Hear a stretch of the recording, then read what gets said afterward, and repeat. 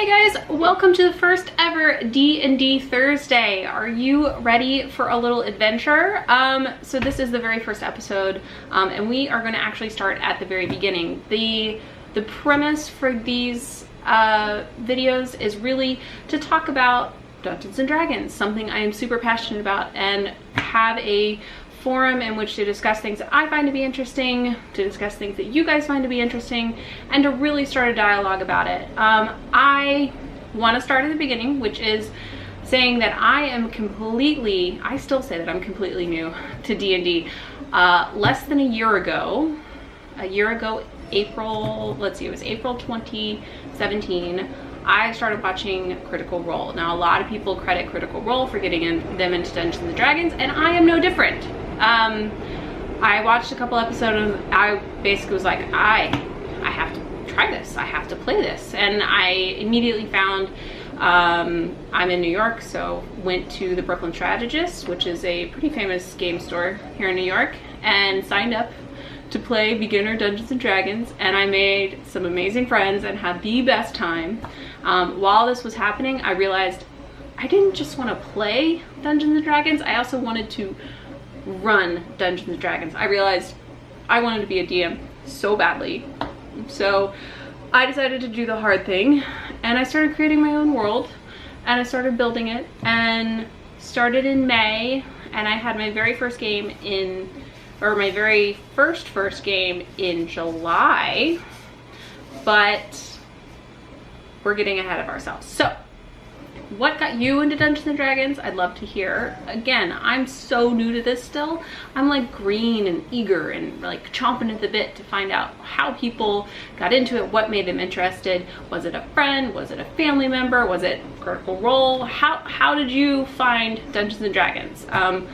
I got my husband into it, and then my friends were already into Pathfinder, so they were pretty eager to hop over into 5th edition when I was ready. But the very first game that I ever ran was not a Dungeons and Dragons like Wizards of the Coast module. A lot of people start with this right here, which is the starter set, which is, I believe, a really great place to start.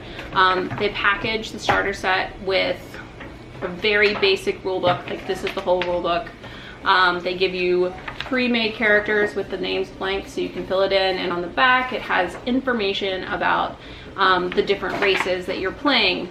This is a great way to get started, and I'm actually going to be running some D&D for middle schoolers, and we are going to use this, and we're going to use the D&D official Lost Mine of Phandelver module because it seems appropriate, because they're beginners, they've never played before.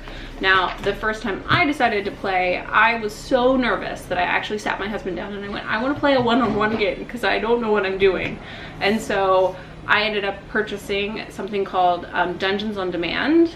Found it on Drive-Thru RPG. If you don't know about it, go look it up. Drive-Thru RPG has a lot of amazing resources similar to the DM's Guild online. But so Dungeons on Demand, the volume 1 included a level 1 module called Bandit's Nest, and I ran that for him, and I played a character as well as being the DM, which is not usual, but I just wanted to get my feet wet before I had a bunch of people come over and I made a fool of myself. So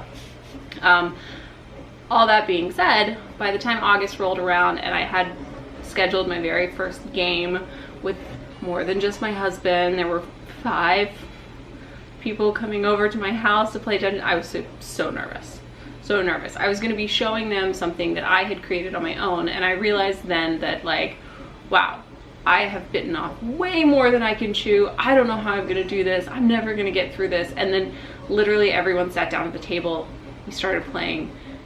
They took the base ideas that I had created, this world that I had started to flesh out, that I had worked on creating and making feel as real as I possibly could, and they added their own life to it. They added their own sort of interests. They wanted to explore different places, and I wanted to give them the ability and the freedom to explore anywhere they wanted to go. So we had some really amazing first adventures and made some amazing memories along the way. If you ask any of my players about owlbears, they will tell you about owlbear, the owlbear, he likes a lot of cheese. It doesn't matter.